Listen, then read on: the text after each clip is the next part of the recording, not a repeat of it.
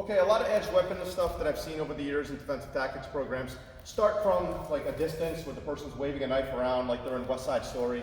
And my experience has been, as a police officer for 25 years, whether it be investigating crimes or responding to them, is that's very unusual. What is more common is a fight breaks out, and within that fight, someone produces the knife, okay? So let's say we're already involved in an altercation.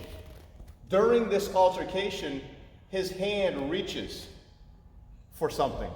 And a lot of times you won't even see it, you'll feel it more than see it. And you'll get the high elbow as he tries to draw the knife. That high elbow is indicative of a draw of a weapon source, okay? So go back. What I need to do is stay connected. And when I feel that arm disappear, I need to follow and pin his hand as much as I can. Now, I also, with the assistance of my head, get my head in tight, and he starts to pull that knife out, I can go 2-on-1. And I have a 2-on-1 locked out correct right here. Now, imagine I've got a magnet in my chest, and this is a metal object, and it's drawing it towards my stomach. So as he drives towards my stomach, I want to keep that arms locked and keep my pressure in place. And if it starts to drive too much, I'm going to angle off to the 2-on-1. If he starts to pull back, I drive back at him.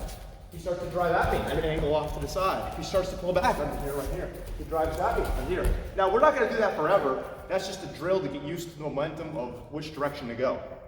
But if I did come to this outside the elbow, and I can push and clear his arm, now I've beaten his grip. He can't reach back and grab my gun. And I can deploy my firearm from within that clinch range, thumb pectoral index, downward angle, and get shots off, and shoot my way out as I angle off. What I don't want to do is see him reaching and draw my gun from here. Now he can grab and stab at the same time because I've drawn the weapon without earning that draw, as Craig Douglas says, okay? So I want to make sure I beat the angle, get around to his back, he would still have the blade, and then I'd be going for my weapon, okay? Do it one more time, we're in the fight. He starts to reach, I pin, head gets in, I'm locked in, 2-on-1, he pulls back, 2-on-1, I'm in here. Going for my weapon, drawing up, and firing if necessary, okay? That would be edge weapon defense.